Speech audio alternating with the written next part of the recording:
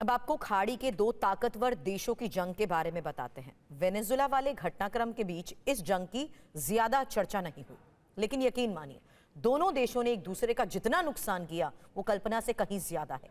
हम बात कर रहे हैं सऊदी अरब और यूएई की।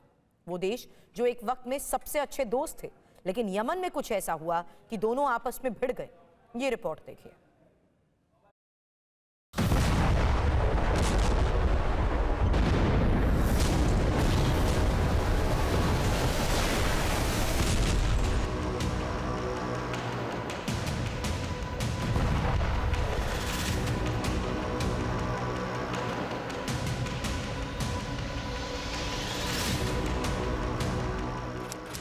तारीख 26 मार्च 2015, जगह यमन।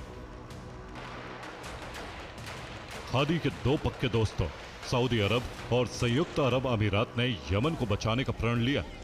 26 मार्च 2015 को इन दोनों के नेतृत्व में 10 देशों के गठबंधन ने यमन के हूती विद्रोहियों को खदेड़ने का अभियान शुरू किया। तारीख 30 दिसंबर 2025, जगह यमन।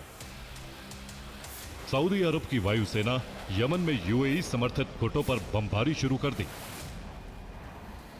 दक्षिणी यमन में बंदरगाह पर एक के बाद एक कई बम गिराए गए। 10 साल पहले जो दो देश यमन को विद्रोहियों से मुक्त करवाने का प्रण लेकर आए थे, वो पिछला साल खत्म होते होते एक दूसरे के दुश्मन बन गए। आखिर ऐसा क्या हुआ कि सऊदी अरब और यूएई के बीच हालात इतने बिगड़ गए? इन दोनों की दुश्मनी जानने से पहले आपको उस देश की कहानी जाननी जरूरी है जिसकी जमीन पर ये दुश्मन बने, यानी यमन की कहानी। यमन खाड़ी का एक बहुत गरीब मुल्क है, लेकिन रणनीतिक तौर पर बहुत अहम है। यहां से जो समुद्री रास्ता गुजरता है उससे दुनिया में बड़ी मात्रा में कारोबार होता है। मौजूदा समय में यमन दो हिस्सों में बटा है। राजधानी सना समेत उत्तरी यमन के बड़े हिस्से पर हूती विद्रोहियों का कब्जा है, जबकि दक्षिणी यमन पर यूएई समर्थित एसटीसी यानी सदर्न ट्रांजिशनल काउंसिल का कब्जा है। ईरान समर्थित हूती विद्रोही सऊदी अरब के खिलाफ हैं और सऊदी अरब मानता है कि अगर ये विद्रोही गुट यमन के अंदर ज्यादा मजबूत हो गए तो ईरान की पहुंच उसकी सरहदों तक हो जाएगी।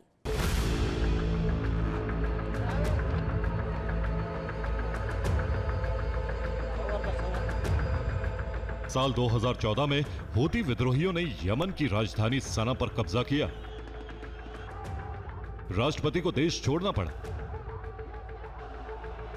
सऊदी अरब और यूएई ने मिलकर यमन में सैन्य दखल दिया। मकसद था हूती विद्रोहियों को हराना और संवैधानिक सरकार को बचाना। 2015 में इसी बात को दोहराते हुए सऊदी अरब ने यूएई के साथ मिलकर यमन में जंग शुरू कर दी थी। इस बात को 10 साल से ज्यादा का वक्त बीत गया है। वो असली सरकार अब तक यमन की सत्ता में नहीं लौटी, लेकिन सऊदी अरब और यूएई जरूर दुश्मन बन गए। पहले ये दोनों हूती विद्रोहियों के खिलाफ साथ मिलकर लड़ रहे थे, लेकिन जंग लंबी चली तो यूएई ने सोचा कि जिस दक्षिणी यमन में बंदरगाह है, तेल है और जहां से समुद्री रास्ते को कंट्रोल किया जा सकता है, उस पर ध्यान देना चाहिए।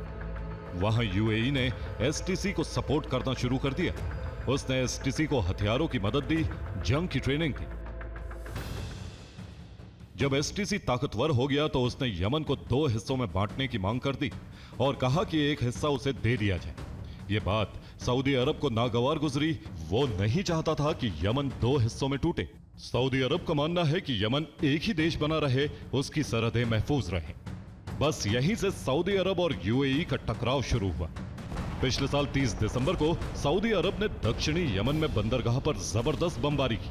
सऊदी अरब ने आरोप लगाया कि यूएई उस बंदरगाह पर एसटीसी को बड़े पैमाने पर हथियारों की सप्लाई कर रहा था, जबकि यूएई का कहना है कि उसने वहां हथियार नहीं भेजे बल्कि सिर्फ अपनी गाड़ियां भेजी। सऊदी अरब की उस बमबारी में एसटीसी को अच्छा खासा नुकसान हुआ। जवाब में यूएई के समर्थन वाले एसटीसी ने सऊदी अरब की सेना पर पलटवार किया। खबर है कि उस दिन से चले आ रहे संघर्ष में अब तक 100 से ज्यादा लोगों की मौत हो चुकी है, जबकि सैकड़ों घायल बताए जा रहे हैं। एसटीसी यूएई के लिए एक स्ट्रैटेजिक एसेट है, लेकिन सऊदी के लिए यह सीधा सुरक्षा खतरा बनता जा रहा है, खासकर उसकी दक्षिणी सीमा के पास। सऊदी अरब की बमबारी में यमन की जेलों में बंद अलकायदा के कई आतंकी भी फरार हो गए। जानकार मानते हैं कि यमन में अब जीतने के लिए कुछ बचा नहीं है। वर्षों की लड़ाई के बाद भी हालात जस के तस बने हुए हैं। ऐसा लग रहा है कि सऊदी अरब और यूएई की ये जंग सिर्फ यमन की लड़ाई नहीं है, बल्कि एक गल्फ की लीडरशिप की जंग है। वैसे ओपेक में तेल उत्पादन को लेकर सऊदी और यूएई पहले भी भिड़ चुके हैं। सऊदी कीमतों में स्थिरता चाहता है, जबकि यूएई ज्यादा उत्पादन और बड़ा हिस्सा चाहता है। फिलहाल दोनों के बीच तनातनी जारी है। Bureau report, TV9 Bharatvarsh.